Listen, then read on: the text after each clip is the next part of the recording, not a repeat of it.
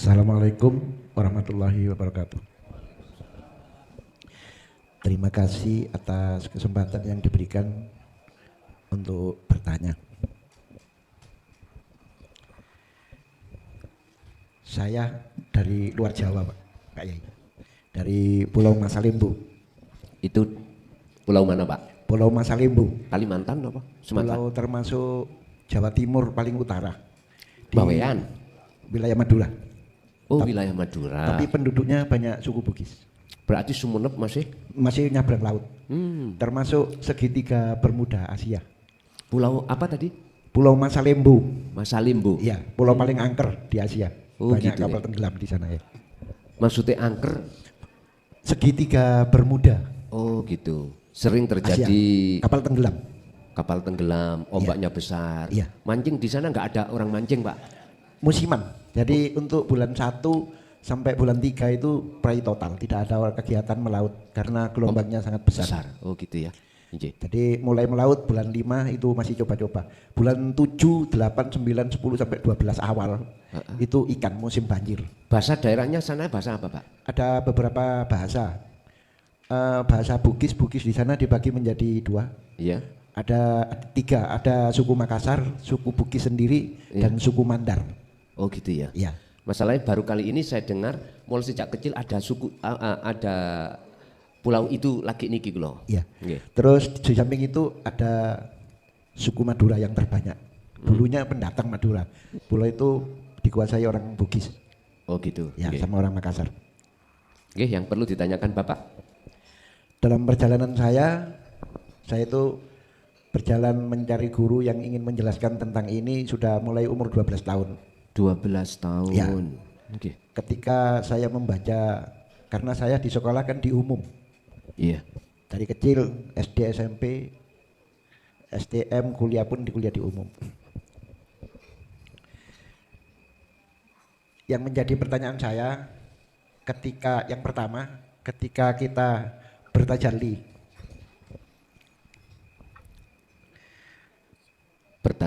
Ya. saya merasa saya ini hanya tumbukan tulang dan daging yang tiada daya dan upaya kecuali atas kehendaknya. Betul. Gerakan, tingkah laku segalanya dari Allah. Dan gerakan itu serta tingkah laku itu dibagi menjadi 2. Ada yang baik, ada yang buruk. Yang buruk. Walaupun pada sisi lain, yang buruk itu berasal dari nafsu. Jadi segala sesuatu yang menyangkut masalah perut, menurut saya, Nggih. itu nafsu yang mengendalikan. Betul. Termasuk orang-orang yang menukar iman, itu karena perut. Dari agama Islam pindah ke agama yang lain, menurut pendapat saya juga karena perut. Betul. Kembali lagi kepada masalah tajalli, ketika kita menghadap kepada Allah, yang pertama, saya ingin dan selalu ingin itu berada di jalan yang baik. Tapi apa daya, kita hanya seorang hamba yang hanya menjadi permainan Sang Pencipta. Nggih. Agar supaya seorang hamba ini selalu berada di jalan yang baik, kiat-kiat apa yang harus dilakukan? Nggih. Karena yang saya ketahui dari beberapa kesimpulan, menurut saya Allah itu maha sakar PDW, tidak ada yang bisa mengatur. Nggih. Kehendaknya adalah mutlak. Yang saya takutkan, bila saya digerakkan ke jalan yang tidak baik, sementara saya tidak menginginkan keadaan itu, apa yang harus saya lakukan? Yang pertama. Nggih. Terus yang kedua, ketika kita berkelana dalam proses penyatuan, diri kita lebur ke dalam nur, cahaya. Ketika menghadap kepada Sang Pencipta, Kita bersatu kepada Nur Muhammad atau kita menghadap sendiri? Terus bagaimana seharusnya kita menghadap sesuai dengan kehendak Sang Pencipta? Terima kasih. Ije, matur suwun, terima kasih atas dua pertanyaan dari Bapak tadi dari Pulau apa tadi? Masalimbo. Itu termasuk Jawa Timur, Pak ya? Jawa Timur. Oke. Kiat-kiat apa yang harus kita lakukan saat Allah menghadapkan kita di perkara yang buruk? Bon, Bapak Ibu, bersumber dari kitab Hikam, kita ngambil ijma qiyas dulu. Ada 4 waktu yang Allah hadapkan terhadap diri manusia. Yang 4 waktu itu sebagai makhluk dengan tujuan Allah menguji lewat 4 makhluk tadi. Waktu tadi disebut makhluk. Dan 4 waktu ini yang berkuasa mutlak hanyalah Allah. Apa 4 waktu? Taat, maksiat, bala, nikmat. Atau 4 ini saya ringkes menjadi 2, perkara yang baik dan perkara yang buruk. Ini miturut kacamata hukum syariah. Munculnya perkara itu baik atau buruk itu dari pandangan manusia. Kalau dari pandangan Allah, ini hak mutlak Allah. Hak mutlak Allah. Artinya yang menguasai segala hal apa yang miturut pandangan manusia mengatakan baik atau buruk, tetap yang berkuasa adalah Allah. Ini kita tidak bisa Pak mengatakan itu yang berkuasa Allah. Lebih-lebih perkara yang buruk. Sehingga dalam ajaran syariat kita, manakala perkara baik datangnya dari Allah, bila mana perkara buruk datangnya dari dirimu sendiri, dalam kurung nafsu. Loh, ini ada hujahnya Quran. Apa maksud itu? Karena semua manusia supaya secara jasmani jangan melakukan perkara buruk. Seperti datangi maksiat, datangi bala. Supaya manusia tidak mengalami hal itu. Secara jasmani. Dikatakan maksiat secara jasmani, kita melakukan. Jasmani gitu Pak, melakukan. Karena dorongan, bisikan nafsu, iku enak, iku enak, iku enak, iku kekal, iku nyoto. Yang merasakan jasmani. Beda kalau kita bicara rohani. Satu contoh. Di depan saya itu ada makanan yang diharamkan Allah.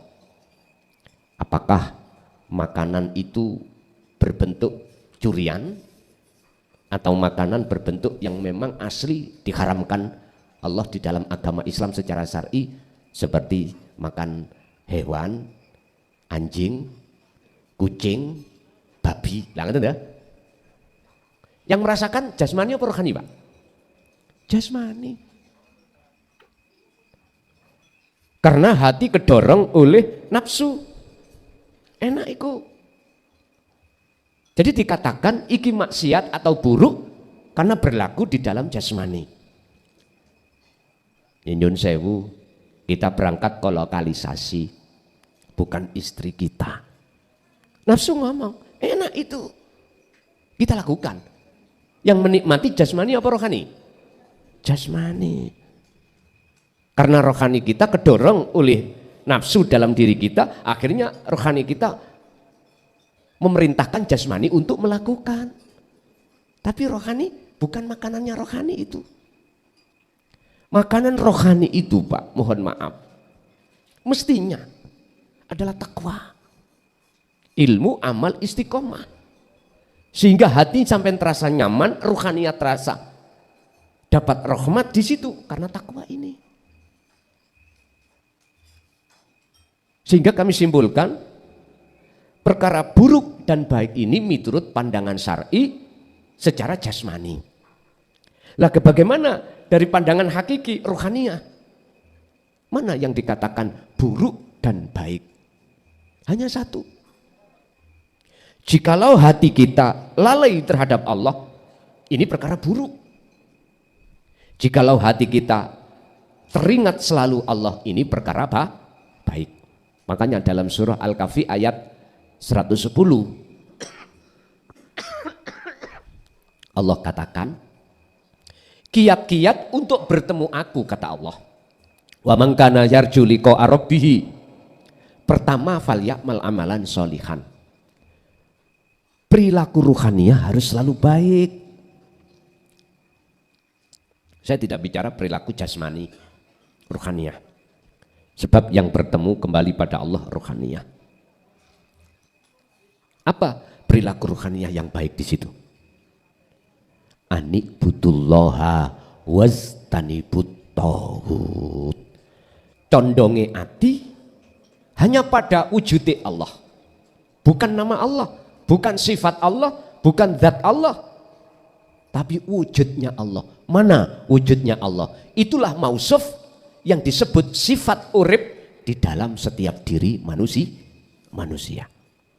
Wal awwalu wal akhiru wal zahiru wal batin. Wujude Allah iku ya ning jero ning jaba jenengan. Wong Jawa, wong Indonesia mengatakan hidup sebagai sifat, tapi maksudnya mausufnya yang disifati wujud itu yang mana? Itulah wujudnya yang dalam Al-Quran disebut sebagai ana, ingsun, aku. Inilah yang disebut tajalli tadi. Apa yang ada di dalam hati, aku nih makhluk sudah la maujud, sudah tidak ada. Yang ada cuman akunya Allah. Ini tajalli. Barang siapa yang sudah masuk di zona itu, wilayah itu, maka ruhaniah itu selalu baik di mata Allah. Di mata Allah selalu baik. Urusan secara jasmani dihadapkan 4 perkara tadi ya, dia nggak punya kekuatan apapun untuk menghindari perkara buruk dan atau menjalankan perkara baik. Nggak punya daya upaya apapun, kekuatan apapun untuk menghindar atau melakukan, nggak ada.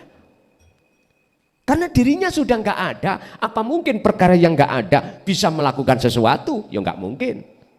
Apakah mungkin perkara yang sudah tidak ada bisa menghindari sesuatu yang buruk? Ya nggak mungkin. Nyun sewu Pak, aslinya kita makhluk kan nggak ada, asal muasal ya. Adanya sebab diadakan oleh yang ada. Dan disitulah nafsu diperintahkan Allah untuk menguji kesetiaan kita pada Allah, untuk anikbudullaha apa tidak, untuk selalu menghadap bertajali Allah apa tidak. Akhirnya nafsu bisi inang ati sampen kali kula supaya makhluk iku dikongkon merasa ada. Kalau sudah merasa ada, otomatis akan apa jenenge melebar ya, melebar, merasa keakuan kita yang bisa melakukan ini itu, punya itu otomatis. Itu otomatis. Dan inilah Pak yang aku sebut sebagai budaknya nafsu. Beda dengan yang bertajali tadi. Apa mungkin saya yang tidak ada makhluk itu bisa melakukan perkara kebaikan dan bisa meninggalkan, menghindari perkara yang buruk? Ya nggak mungkin. Akhirnya di situ artinya bagi ahli zuhud, ahli sufi, imannya cuman satu. Segala apapun yang terjadi di dunia, walillahil masyriq wal maghrib, itu cuman Allah. Tapi ini nggak bisa dipaksakan kepada kita yang belum menjadi kekasih Allah, yang masih di golongan am. Tetap kita akan mengatakan dengan dasar hujah di Quran, apabila perkara datangnya baik dari Allah, kalau jelek dari nafsumu sendiri, berarti ada dua penguasa. Ini kita, iman kita masih menyekutukan Allah miturut kacamata ahli sufi. Makanya beliau hindari itu, gak mau. Jane sudah benar Pak, miturut kelasnya masing-masing. Karena kita masih diproses. Benar, kalau baik itu datangnya dari Allah, kalau jelek buruk datangnya dari nafsu kita sendiri, dengan harapan supaya jasmani ini enggak melakukan keburukan. Kebanyakan itu kita mikir masalah jasmani, tapi tidak mau mengenal ruhani. Ini persoalannya. Sehingga sampai kapanpun kita masih menduakan Allah dalam berkuasa, yaitu nafsu atau diri kita. Bapak Ibu, jikalau betul-betul Allah meletakkan kita di dalam jalur tajalli, Pak.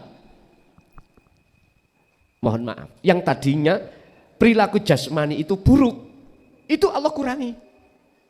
Itu pasti. Karena isi atau roh ini dalam kondisi Allah mensucikan, jasmani nanti sebagai wadah dari isi Allah sucikan. Artinya kita pasti akan dihindarkan dari perilaku dohiriyah yang kebuku buruk. Otomatis nih Pak Nyun Sewu, jenengan sing tahu punya pengalaman jadi petani, walaupun yang jenengan tanam jagung bijinya aja gak kadek kulitnya, nanti kalau sudah muncul uwoh ada kulitnya betul, otomatis. Padahal ketika saat kita menanam tidak sekalian kulit, cuman isi. Sama dengan kacang, isi. Nanti mengapa ketika saat sudah muncul buahnya itu otomatis ada kulitnya? Itu untuk mengamankan isi, biar enggak ditotol manuk. Artinya Pak, orang yang hatinya berhakikat, walaupun awalnya itu jasmanianya itu molimo, tahu molimo ya? Pasti Allah kurangi nanti, bahkan langsung hilang semuanya. Itu cara Allah, Sehingga isi ini fitrah, otomatis jasmani sebagai wadah, ini difitrahkan Allah juga. Makanya ada pandangan manusia hablum minan nas, ada pandangan hablum minallah, indanas indallah. Nah ini, apa kiat-kiat ketika saat kita dihadapkan perkara maksiat bagi ahli hati yang sudah condong pada Allah? Tadi sudah dikatakan anik butullaha, pertama kita harus memandang Allahnya, berarti bertajali, lepas keakuan diri, keakuan makhluk. Wastanibut togut, yang kedua, yang pertama kita mencondongkan pada Allah, wastanibut togut, melepaskan keakuan makhluk yang wujud. Pertanyaannya, apakah buruk secara dohir itu masih diterjadikan Allah? Itu bukan urusan kita. Tapi yakinlah jenengan bahwasanya ketika Allah memproses ruhaniyah untuk menjadi ruhaniyah yang fitrah, jasmaniyah mesti difitrahkan oleh Allah. Sebagai prosesnya seperti itu. Kiat-kiat kita hanya satu Pak, faqadis tamsaka bil urwatil wuthqa lam fisomalaha, untuk bisa menghadap selalu pada Allah dan menghindari hati dari perkara sakliyane Allah iman ini, maka dzikir iku tali Allah janganlah dilepas. Zikron kathiron, terus disuruh melatih terus dzikir iku. Jikalau kita dzikirnya dzikir sirul asr yang ada 3 pintu yang saya tulis, pertama adalah su'aul basyirah, hati merasa meyakini segala hal apapun itu sumbernya dari Allah, makhluk itu sifatnya la haula wala quwata. Manakala su'aul basiroh ini terus sampai praktekkan, terus sampai asah, laksana jenengan mengasah pedang, maka semakin tajam. Artinya nanti Allah akan meletakkan kita di pos kedua, ainul basiroh, bertemu Allah. Rahmat tadi habis, syifaun wa rahmatun, bertemu.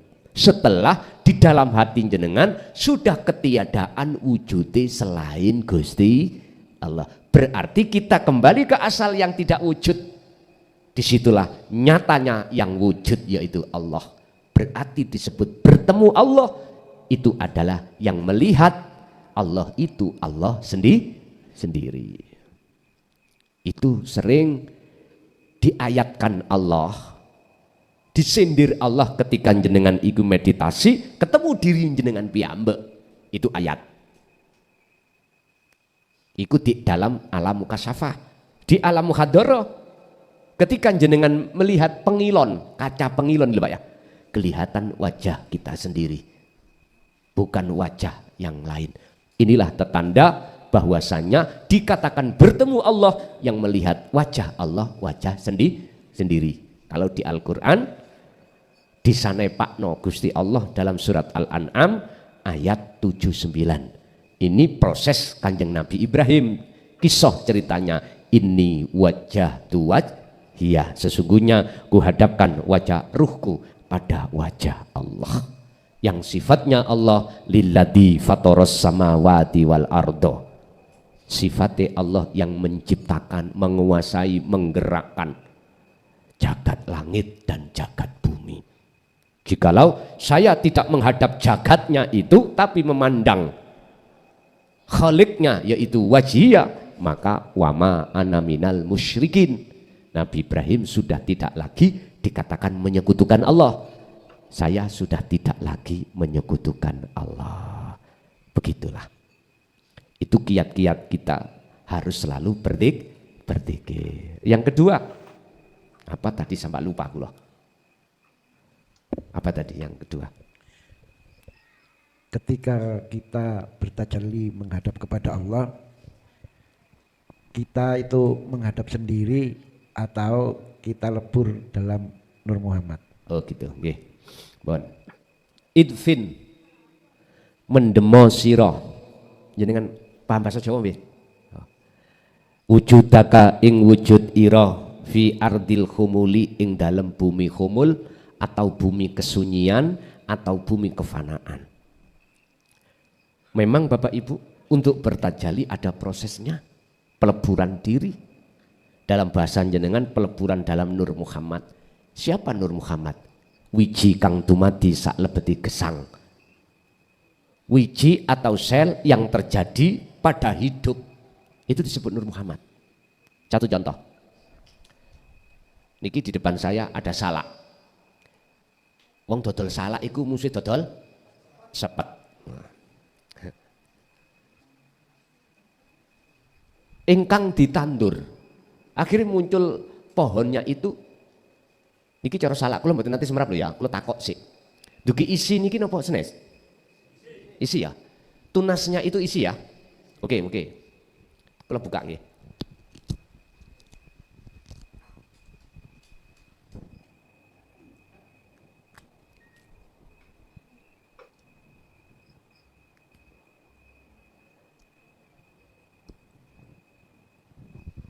Niki nek cara monggo sampean jenenge napa wong Jawa? Isine salak. Napa? Isine salak niku jenenge napa? Lah nek polak pelok, lah ngoten nggih. Nek salak. Wonten namine Pak niki, Pak. Wonten. Ya saking jenengan kali kula keterbatasan bahasa tadi, pengetahuan akhirnya nggak tahu. Mesti ini wonten artinya. Ada namanya. Bukan nama itu yang disebut Nur Muhammad.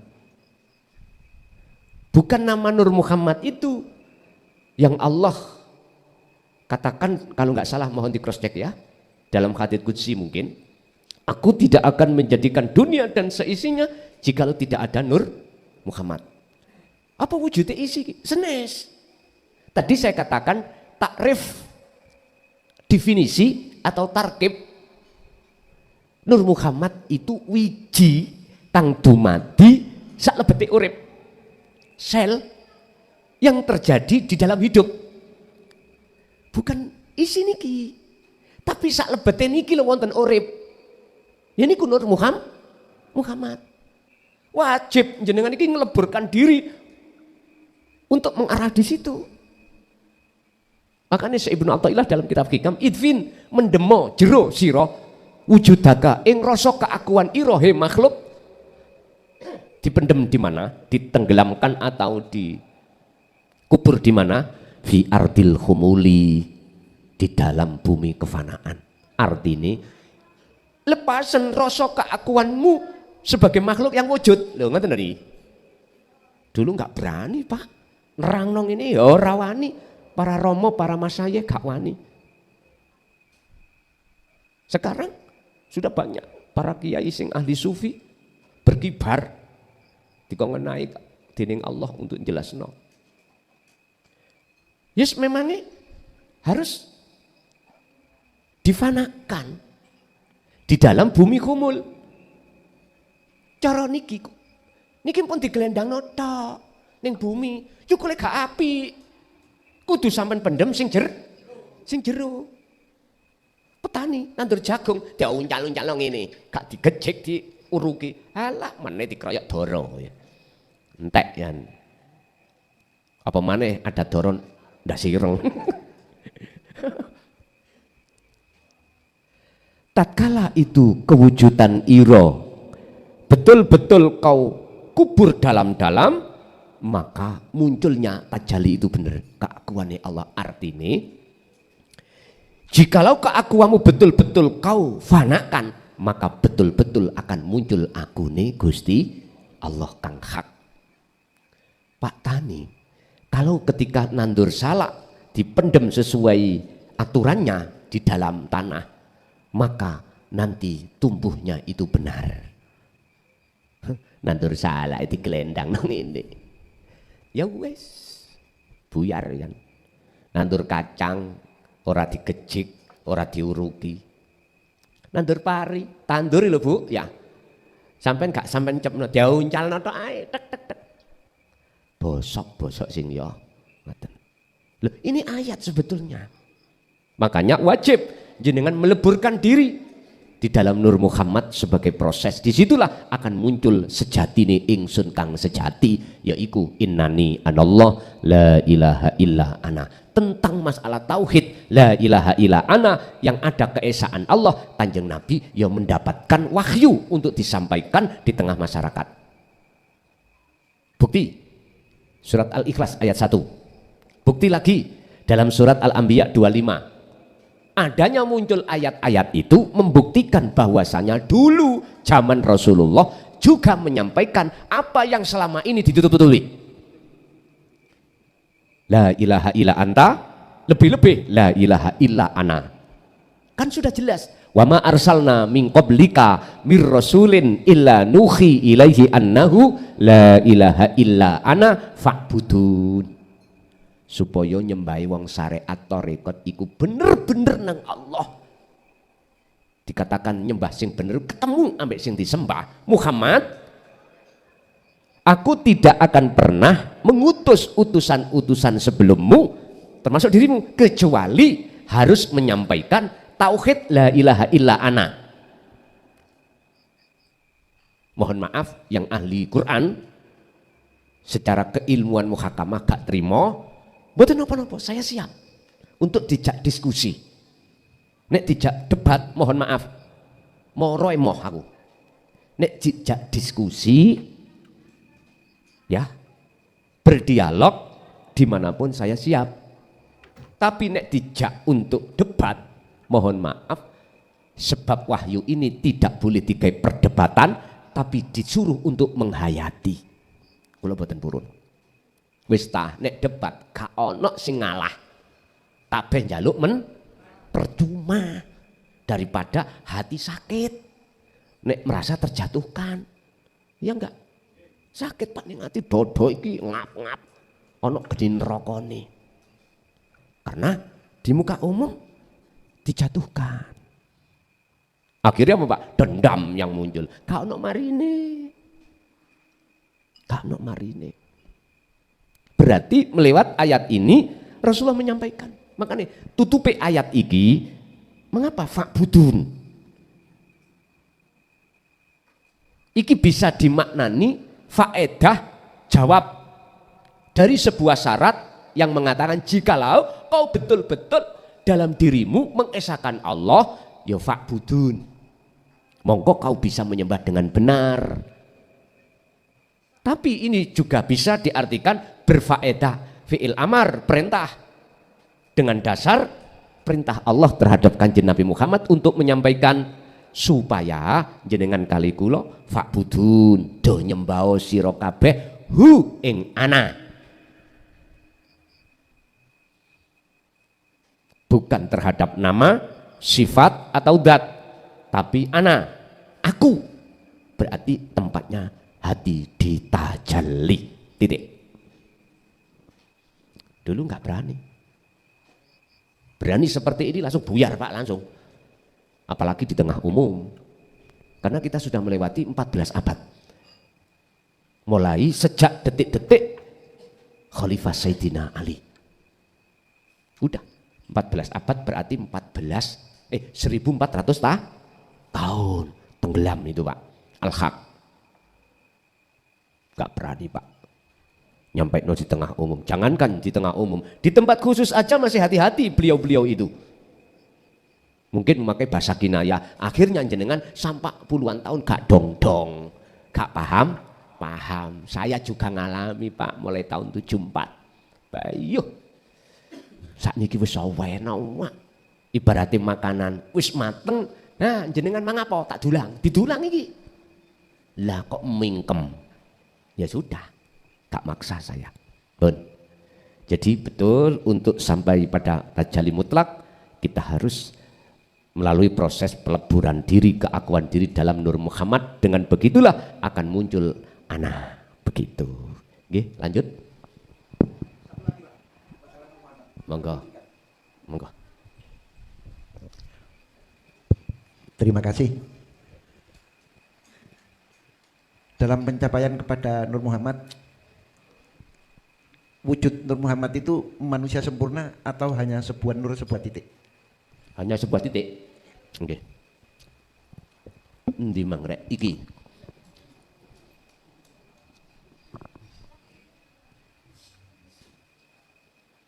Jikalau dan supaya aku dikenal, anak Allah ya, wujudku biar dikenal oleh hambaku, tak lahir no rupa nurullah.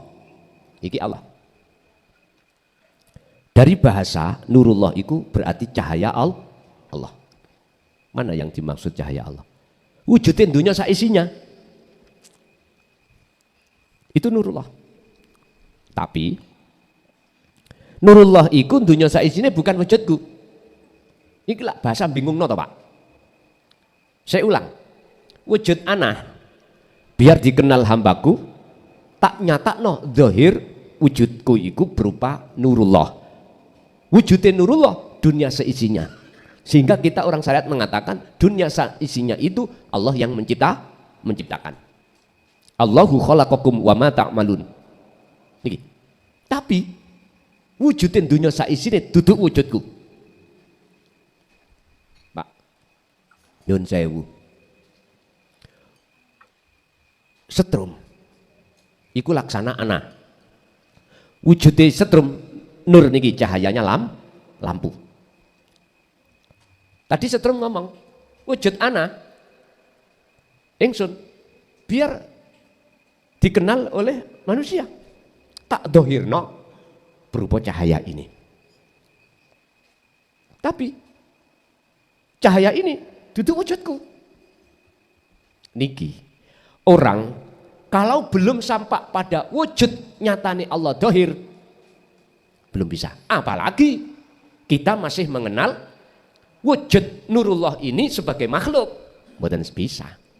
Saya ulang.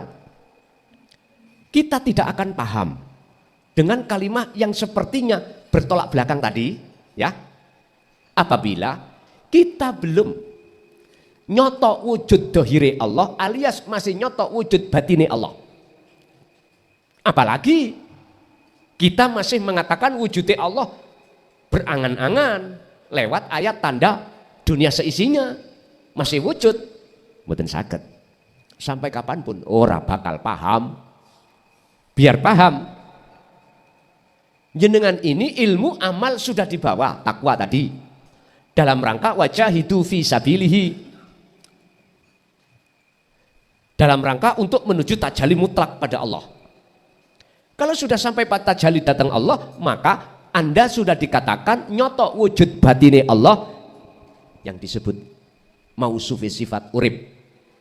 Oke. Ketika jenengan iki konsekuensi terus di situ, terus menerus istiqomah di situ, maka akan nyoto wujud dohire Allah. Kalau sudah nyoto wujud dohire Allah, maka tidak ada kata bingung antara dua kalimat yang seakan-akan di depan tadi berseberangan. Kalimat kan ada dua. Biar hambaku mengenal wujudku, maka tak lahirno wujudku rupa nurullah. Berupa apa nurullah? Dunia dan seisinya. Ini kalimat pertama. Tapi wujud dunia saisine iku duduk wujudku. Lha niki kan berseberangan ta, Pak? Arek TK sampai profesor. Dukuri profesor napa, Pak? Doktora. Wis mbuh babakan sor-sor wis tingkatan itu orang ngerti. Paling dhuwur lah.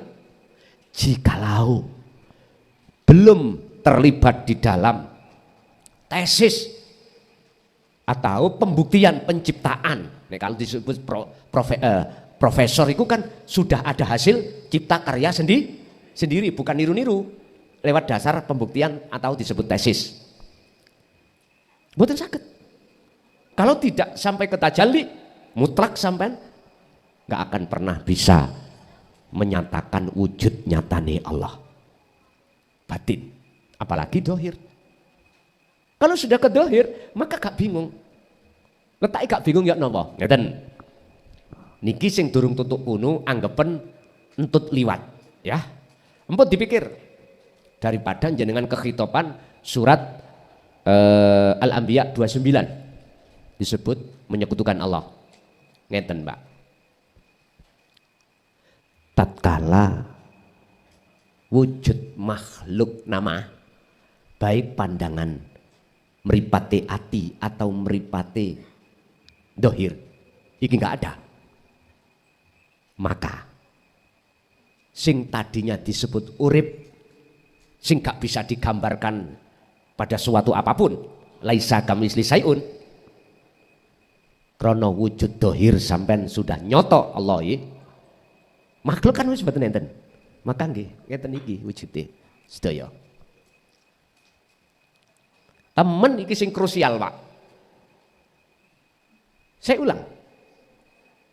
Wujude makhluk, nama makhluk baik batin pandangan ati meripat ataupun pandangan dohir meripat, kalau tidak ada berarti yang ada hanyalah Allah, yaitu anak baik dohir maupun batin. Makanya mana orang sak meneka iku sing ana sing padha? Ora enek, tidak ada yang sama. Wis, wilayah kita perluas sak dunya. Satupun manusia tidak ada yang sah. Ini kalau kita membahas sifat salbiyah Allah di dalam sifat wajib wahdaniyah, makna sawiji ketemu. Tapi jangan dipelintir loh, Pak. Dipelintir apa? Nek kabeh iku Allah. Berarti mangan salah iki Gusti Allah mangan sal. Oh, gak paham awakmu nek ngono. Gak usah diterusno. Daripada gegeran. Jadi lewat pertanyaan tadi memang betul, Pak, proses peleburan iku wajib. Proses kembali ketiadaan kita itu wajib. Sebab kalau ini sudah berlaku, maka nyatalah yang wujud. Inilah yang dimaksud proses dari sistem wasilun seperti ini. Ada sistem majidubun Pak. Waduh, apa sistem majidubun? Proses pemfanaan ini di nomor 2 kan. Nomor pertama, akunnya Allah. Kalau betul-betul akunnya Allah sudah datang, maka akunnya hamba itu akan dasari apa? Allahu waliyul ladina amanu yukhrijuhum minadz-dzulumati ilan nur. Jikalau lampu iki dinyalakan, maka gelap akan hilang. Saiki ngilangi gelap sik. Misale sing gelap iku perkara batil. Kuwi ngilangi ambek apa? Ambek cahaya. Artinya bagaimana cahaya itu datang? Bagaimana hati kita kegelapan disebabkan isinin daunyo ngelompok, bagaimana ini hilang? Ya datangkan yang namanya cahaya ma'rifat. Caranya bagaimana? Tolabul ilmi dulu, terimalah al-haq dulu. Setelah kau menerima al-haq, proses selanjutnya adalah falyakmal amalan soleh. Ruhaniyah harus terus uzlah, terus kholwat, terus bertapa dengan wasilah dzikir, istiqomah. Itulah yang disebut takwa. Terus menerus bila mana itu berkumandang dalam hati jenengan, maka cahaya ma'rifat Allah nyalakan. Setelah menyala, gelap langsung hilang. Seketika itu akuni makhluk, nama makhluk sudah tiada. Ada proses seperti ini, dan inilah yang lazim proses wasilun yang para nabi dan rasul itu lakukan. Tapi ada Pak yang proses kebalikan, macetubun, berarti wongi gendeng, jadab, dari atas langsung jatuh ke bawah. Artinya baik akal maupun hati Allah hilangkan semua isi makhluk. Udah, akhirnya apa? Orang itu secara dohir sudah disebut tidak berakal. Akhirnya lakune saenake dhewe. Wis gak make hukum syariat. Wis ngeten iki susah diterima golongan kita yang bersyariat. Nggih? Makanya saya tidak melalui jalur ini, saya jalur wasilun. Proses dari bawah ke atas, ke atas, ke atas sampai des. Udah. Makanya mengapa kami selalu mengutamakan hujah dari hukum yang tertinggi Al-Quran. Karena di sini bentar lagi lah Pak, secara tersirat nanti akan tertulis, sampean sing sabar. Makanya kami minta waktu untuk mengurangi jadwal ngaji saya supaya di situ fokus kami itu lekas dan selesai begitu. Oke. Lanjut, masih ada?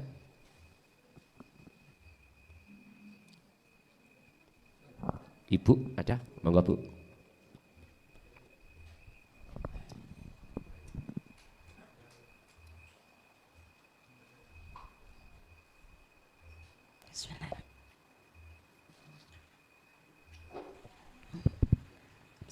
Assalamualaikum warahmatullahi wabarakatuh.